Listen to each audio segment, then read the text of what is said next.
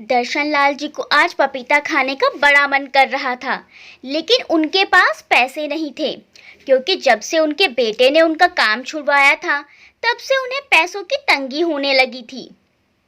जब उनके पास पैसे रहते थे, तो सबके ऊपर बहुत खर्च करते थे, लेकिन आज खुद वे पैसे पैसे के लिए मोहताज थे। दर्शन लाल जी अपने छोटे से कमरे में अपने पलंग पर लेटे हुए अपनी छत को एकटक देखे जा रहे थे। उनकी थोड़ी तबीयत भी खराब थी, उनको दवाई भी लानी थी, लेकिन उनके पास पैसे नहीं थे। यही सोच रहे थे कि पैसों का इंतजाम कैसे करूं, कि तभी उन्हें अपने बड़े बेटे के आने की आहट हुई। वह ऊपर अपने पोर्शन में जा रहा था। दर्शन लाल जी बिस्तर से उठकर बाहर आए और बेटे को आवाज देकर कहा, बेटा अनिल, जरा इधर मेरी बात सुनकर जाना। अनिल पास आता है और कहता है, जी बाबूजी कहिए। बेटा तुम्हारे पास कुछ रुपये होंगे? बेटा जेब में हाथ डालता है और 100 का नोट निकालकर बाबूजी के आगे कर देता है। बाबूजी उसे ले लेते हैं और बेटा ऊपर चला जाता है। बाबूजी 100 का नोट लेकर अपने कमरे में आ जाते हैं और पलंग पर बैठ जाते हैं और उसे गौर से देखने लगते हैं और उसे देखते देखते अपने अतीत में खो जाते हैं। क्या जवानी थी दर्शन लाल जी की। चौड़ी छाती, लंबा कद, भरे हुए बदन के गठीले जवान थे। जब खाना खाने बैठते तो 20-20 रोटी अकेले खा जाते थे। रोटी बनाने वाला भी परेशान हो जाता, मगर वह खाते खाते ना थकते। 2 लीटर दूध तक साथ पी जाते थे। बिना देसी घी के तो खाना ही नहीं खाते थे। सब्जी में भी इतना इतना देसी घी डालकर खाते थे। रोजाना खूब सारे फल खाते थे। खाने पीने के बहुत जबरदस्त शौकीन थे और खुद पे बहुत बढ़िया वाले बावर्ची थे। रोजाना ही कोई ना कोई चीज खाने के लिए चाहिए होती थी, तो खुद कुछ ना कुछ बनाकर खाते और सबको भी खिलाते रहते। गाजर का हलवा बनाते तो वह भी 10 किलो से कम ना बनाते। जब चलते थे तो मानो ऐसा लगता था कि जमीन हिल रही हो। देखने वाले कहते थे कि वाह क्या बात है, जवान हो तो ऐसा। चीनी और गेहूं की बोरियां तो ऐसे उठा लेते थे जैसे रुई उठा ली हो। क्या जवानी थी उनकी। आज उनका वो चेहरा झुर्रियों से भर गया था और जिस्म में सिर्फ हड्डियां ही दिखाई देती थी। कुल मिलाकर एक कंकाल की तरह लगने लगे थे। चौड़ी छाती तो अब भी थी, लेकिन अब सिर्फ बस हड्डियां ही दिखाई देती थी। कमाई अच्छी थी उनकी, कारोबार अच्छा था, इसीलिए पैसों की कोई कमी नहीं रहती थी। जो चाहते थे वही करते थे। 4 बच्चे थे उनके, 2 बेटे और 2 बेटियां। चारों बच्चों की शादी उन्होंने अपने खर्चे पर ही की। दोनों बेटों से कभी कुछ नहीं लिया, इसीलिए जो उनके पास जमा पूंजी थी वह उन्होंने बच्चों की शादी पर लगा दी और बाकी पूंजी से बच्चों के लिए एक प्लॉट लेकर डाल दिया। सोचते थे कि अभी तो मैं काम कर ही रहा हूँ, फिर कमा लूंगा, लेकिन धीरे धीरे उनका कारोबार भी थोड़ा हल्का हो गया था। बड़े बेटे का नाम अनिल और छोटे बेटे का नाम सतीश है। जो घर उनके पास था वह उनके पिताजी का था, जो उन्हें विरासत में मिला था। वह मकान पहले कच्चा बना हुआ था। जगह तो काफी बड़ी थी, लेकिन पुराने जमाने का बना हुआ था। उस मकान को भी उन्होंने अपनी मेहनत और लगन से थोड़ा थोड़ा पैसा इकट्ठा कर दोबारा बनाया था। 2 ही बेटे थे उनके, इसीलिए उन्होंने ऊपर एक ही मंजिल बनाई थी। नीचे का ग्राउंड फ्लोर उन्होंने अपने छोटे बेटे को दे दिया था और ऊपर की मंजिल बड़े बेटे को दे दिया था। बेटों की शादी किए हुए भी एक अरसा हो चुका था। उनके पोता पोती भी अब शादी लायक हो चुके थे और अभी तक काम करते थे। बड़े बेटे का काम बहुत अच्छा चल रहा था, जबकि छोटे बेटे का काम बहुत हल्का था। दोनों भाइयों में बहुत फर्क था। एक भाई का जीवन आसान और दूसरे का जीवन मुश्किल से भरा था। अभी तक तो वह अपना काम ही करते थे, लेकिन अब उनके बड़े बेटे को अपने बाबूजी के काम करने से शर्म आने लगी थी। रोजाना इस बात पर कहा सुनी होती थी और हार कर उन्होंने अपना काम छोड़ ही दिया। उन्होंने जिंदगी में कभी किसी के आगे हाथ नहीं फैलाया था और अपने बच्चों के आगे तो बिल्कुल भी नहीं। जब से उन्होंने काम छोड़ा था, तब से उन्हें पैसों की दिक्कत रहने लगी थी। दर्शन लाल जी की पत्नी का नाम रीमा देवी था। पहले जब तक लाल जी काम करते थे, तब तक खाना एक ही जगह बनता था और दोनों पति पत्नी साथ खाना खाते थे। लेकिन उनका काम छूटने के बाद धीरे धीरे दोनों बेटों में माता पिता को लेकर झगड़ा होने लगा। छोटे बेटे का काम हल्का था और बड़े का अच्छा था। बड़े बेटे की पत्नी अपने ससुर जी को पसंद नहीं करती थी और छोटे बेटे की पत्नी अपनी सास को पसंद नहीं करती थी। बड़े बेटे की पत्नी सास और ससुर दोनों को खाना खिला सकती थी, पर उसने कहा कि जब आधा हिस्सा छोटे बेटे को मिलेगा तो मैं दोनों को क्यों पकाकर खिलाऊं। तो इसीलिए यह फैसला हुआ कि पिताजी छोटे बेटे के यहाँ खाना खाएंगे और माताजी बड़े बेटे के यहाँ खाना खाया करेंगी। माता पिता को दोनों बच्चों ने बांट लिया था। अब पिताजी छोटे बेटे के यहाँ खाना खाते थे और माताजी बड़े बेटे के यहाँ खाना खाती थी। बड़े बेटे की पत्नी अपने ससुर को नहीं पूछती थी और छोटे बेटे की पत्नी अपनी सास को नहीं पूछती थी। रीमा देवी अपनी जवानी में बहुत ज्यादा खूबसूरत थी। गोरा रंग, काले बाल, बड़ी बड़ी आंखें, एक बार देख लो तो बार बार देखने का दिल चाहे। जब चूल्हे पर काम करती थी तो रंग अंगारे की तरह दहक उठता था। देखने वाले एक टक देखते रह जाते थे, नजर हटाना मुश्किल हो जाता था। और आज वही खूबसूरत रीमा देवी का चेहरा झुर्रियों से भर गया था। लाली की जगह पीलेपन ने ले ली थी। सफेद जर्द चेहरा पड़ गया था, ऐसा लगता था मानो खून है ही नहीं। रीमा देवी भी अपने जमाने में एक बहुत ही तेज तर्रार औरत हुआ करती थी। अपने आगे किसी को बोलने नहीं दिया करती थी, लेकिन वक्त ने धीरे धीरे उनको बहुत शांत बना दिया था। सब कुछ जब से बहुओं के हाथ में चला गया था, तब से उन्होंने चुप्पी साध ली थी। वह चुपचाप बैठी हुई सब कुछ देखती रहती थी। उन्होंने घर में दखलंदाजी करना बिल्कुल बंद कर दिया था। बहू उनको बिना बताए ही सारा काम करती थी। मार्केट से कोई सामान लेकर आती तो अपनी सास को कभी नहीं दिखाती थी। दोनों बहुएं अपने सारे काम सास की चोरी से किया करती थी। छोटी बहू बड़ी बहू की चमची थी। क्योंकि बड़े बेटे का काम कुछ ठीक था तो बड़ी बहू के आगे पानी भरती थी। रीमा देवी का अपने घर में अब बिल्कुल भी दिल नहीं लगता था। जो घर उन्होंने अपने पति के साथ मिलकर पैसे जोड़ जोड़ कर बनाया था, उस घर पर अब उनका कोई अधिकार नहीं था। वह एक मेहमान की तरह उस घर में रहती थी। वह अपना ज्यादातर समय आस पड़ोस में बैठकर गुजारती थी। बगल में ही उनके देवर का मकान था। देवर को बच्चों के साथ उनका बहुत दिल लगता था। देवर की लड़कियां थीं जिनके पास वह अपना समय बिताया करती थी। देवर की लड़कियां भी अपनी ताई जी को बहुत प्यार करती थी और उनके साथ बहुत बातें किया करती थी। इसीलिए वे वहां दिन में कई बार जाया करती थी, क्योंकि बड़े बुजुर्गों को जहां प्यार मिलता है, अपना समय वहीं बिताना पसंद करते हैं। रीमा देवी की बहुओं को उनका देवर के यहाँ जाना भी बिल्कुल पसंद नहीं था, क्योंकि उनकी बहुएं सोचती थी कि हमारी सास हमारे घर की बातें अपने देवर के यहाँ बताकर आती हैं। इसीलिए वे उन्हें वहां जाने से रोकती थी।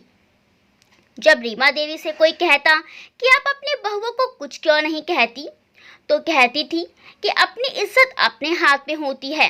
अगर एक कहूँगी तो वे मुझे 10 दिन सुनाएंगी। इसीलिए मैं चुप रहती हूँ, कुछ नहीं कहती। और मुझे करना ही क्या है, 2 रोटी खानी है बस। अब तो अपनी जिंदगी काटनी है। जितने भी दिन बाकी बचे हैं। उनके बैंक में कुछ पैसे थे जो रीमा देवी और दर्शन लाल जी ने अपनी मेहनत की कमाई से इकट्ठा किए थे।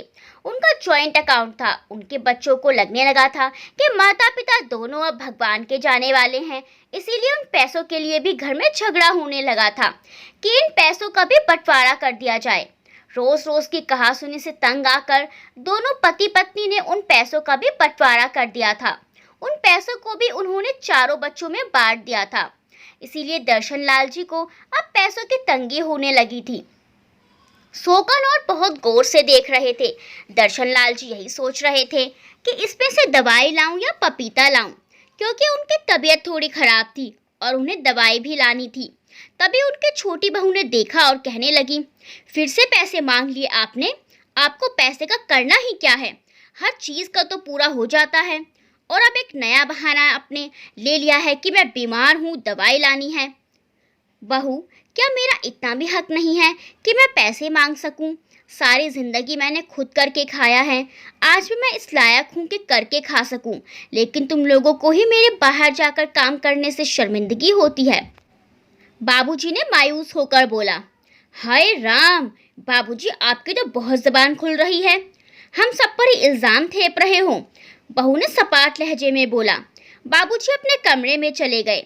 बहू खूब बड़बड़ाती रही और अपनी जेठानी को जाकर सब बातें बता दी। इसी बात को लेकर घर में बवंडर खड़ा हो गया। बड़ा पोता, जिसका नाम टिंकू था, अपने दादा दादी से बहुत प्यार करता था, लेकिन उसकी माँ उसे भी डांट दिया करती थी। जब दर्शन लाल जी को खांसी हो गई तो बहुओं ने उनके बर्तन तक अलग कर दिए। अपने बच्चों को उनके पास भी नहीं जाने देती थी। एक दिन रीमा देवी की तबीयत ज़्यादा खराब हो गई तो उनके बहुए उन्हें उनके भाई के यहाँ छोड़ने की तैयारी में थे। उन्हें फालिस की बीमारी ने घेर लिया था। वहीं रीमा देवी, जो अपने आगे किसी को बोलने तक नहीं देती थी, अपने रुबाब से सबको पसीने छुड़ा देती थी, आज वही रीमा देवी अपनी बूढ़ी आंखों से अपने जाम हुए शरीर के साथ पलंग पर असहाय पड़ी हुई दर्द भरी नजरों से अपने जिस्म को यहाँ से वहाँ भेजने वालों के चेहरे देख रही थी। अब उस जुबान से बोले भी तो क्या, जिस जुबान को फालिस के नाग ने डस लिया हो। दिल जोर जोर से धड़क रहा था, तड़प रहा था, चिल्ला रहा था, मुझे मेरे घर ही रहने दो, मुझे यहीं मरना है, यही तो मेरे जीवन का बसेरा है, यहीं तो मैं दुल्हन बनकर आई थी, यही तो मेरे हमसफर हैं, यही तो मेरे बच्चे हैं, मैं नहीं जाना चाहती। ए भगवान, मुझे जाने से पहले यहीं से अपने पास बुला ले।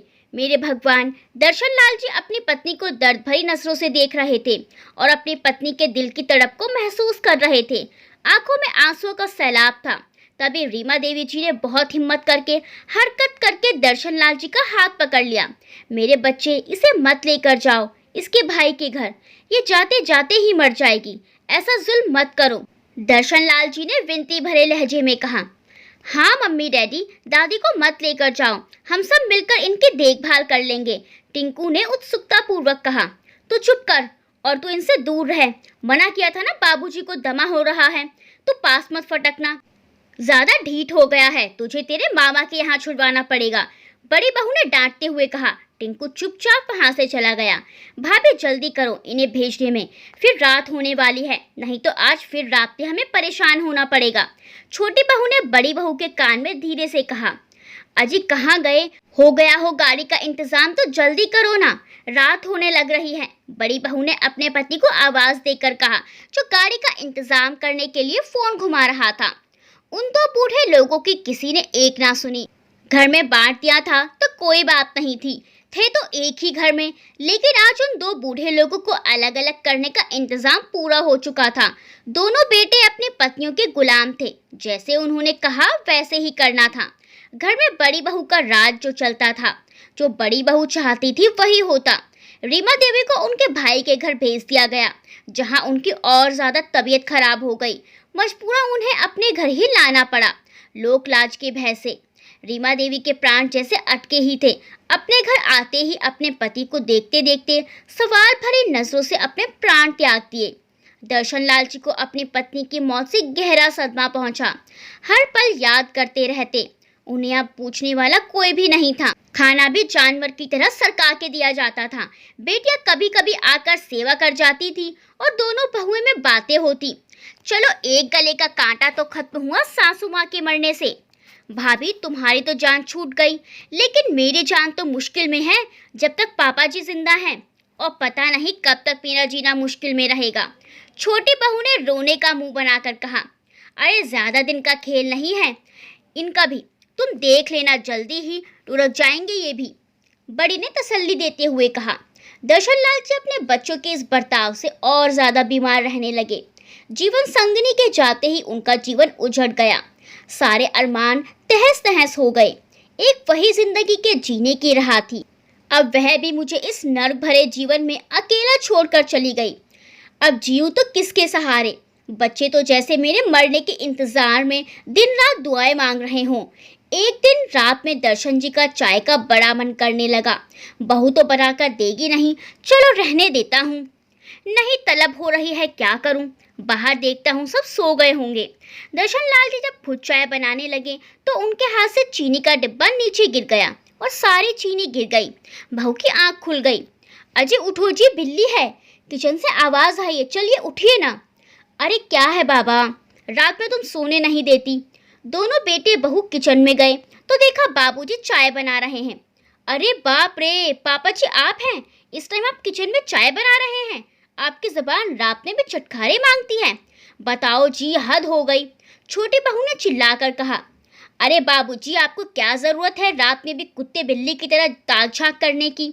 सुबह में चाय बनती है ना, सुबह पी सकते थे ना। इसमें मुझे भी जगा दिया आप। छोटे बेटे ने बड़ी क्रूरता से कहा। तो ऊपर वाले लोग भी जाग गए। सब नीचे आ पहुंचे और दर्शन लाल जी को नींद खराब करने की वजह से सुनाने लगे। दर्शन जी अपनी बेबसी के लिए बातें सुनते रहे। उनके दिल पर इस बात से गहरा सदमा पहुंचा। कुछ वक्त ऐसे ही सदमे में बिता लेने के बाद एक रात ऐसी रात आई जब दर्शन लाल जी की तबीयत बहुत ज्यादा खराब हो गई। दिल पर गहरा सदमा लिए हुए जीते जा रहे थे। उस रात उनके दिल ने भी जवाब दे दिया था। वे अपने बेटे, बहुओं, पोते पोतियों को सवाल भरी नजरों से देखते रहे। सभी को इंतजार था उनके प्राण जाने का, सबसे ज्यादा छोटी बहू को। उसके गले का कांटा अटका हुआ था। दर्शन लाल जी खांसते रहे। सब लोग 4 गज की दूरी पर थे। टिंकू उनके पास जाना चाहता, लेकिन रोक लिया जाता। दर्शन जी रीमा देवी को याद करते रहे, अपनी बूढ़ी नजरों से अपने कमरे को देखते रहे। आज मैं हमारे इस संसार को छोड़कर तुम्हारे पास आने वाला हूँ रीमा। हमने यहाँ जीवन का हर एक पल साथ जिया, सुख दुख में एक दूसरे का सहारा बने। औलाद के होते हुए दोनों ने अपने जीवन को तन्हा जिया। औलाद ने हमें बांट दिया, जीते जी हमें जुदा किया। हमारा बस इतना कसूर था कि हम अपनी औलाद को दुनिया में लाएं, उन्हें अच्छी परवरिश दी, लेकिन अफसोस कि हम इनके भागीदार ना बन सके। आज मैं अभी इस दिखावे के संसार को त्याग दूंगा, इस झूठी आन बान शान की दुनिया को अलविदा कह दूंगा। मैं तुम्हारे पास आ रहा हूँ मेरी रीमा।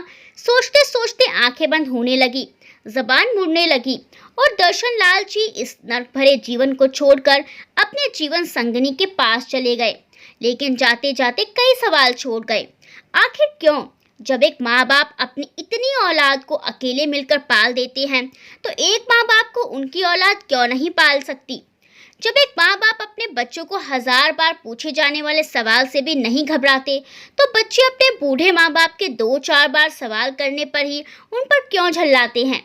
जब एक माँ बाप अपने बच्चों की उंगली पकड़कर एक एक कदम चलना सिखाते हैं, तो बच्चे बुढ़ापे में अपने माँ बाप का सहारा क्यों नहीं बनते? जब बच्चे के खांसी होने पर माँ बाप सारी सारी रात जागते हैं, तो बच्चे माँ बाप के खांसी होने पर उन्हें दमा बताकर दूर क्यों भागते हैं? जब बच्चे को किसी चीज़ की फरमाइश होने पर माँ बाप उनकी हर फरमाइश पूरी करते हैं, तो माँ बाप की फरमाइश पर उन्हें बुढ़ापे का पाठ क्यों पढ़ा दिया जाता है? आखिर क्यों? ये सवाल उन हजारों, लाखों, करोड़ों बच्चों से हैं जिनके माँ बाप दिल पर ये बोझ लिए भगवान को प्यारे हो जाते हैं, लेकिन वह लोग भी आगे चलकर माता पिता, सास ससुर बनते हैं। अगर वे चाहते हैं कि हमारा बुढ़ापा चैन सुकून से गुजरे, तो पहले खुद अच्छी औलाद बने, तब बुढ़ापे के बारे में सोचें। दोस्तों, ये कहानी आपको कैसी लगी कमेंट में ज़रूर बताएं। वीडियो को लाइक करना बिल्कुल ना भूलें। मिलते हैं अगली वीडियो में एक अच्छी सी कहानी के साथ। तब तक के लिए बाय बाय।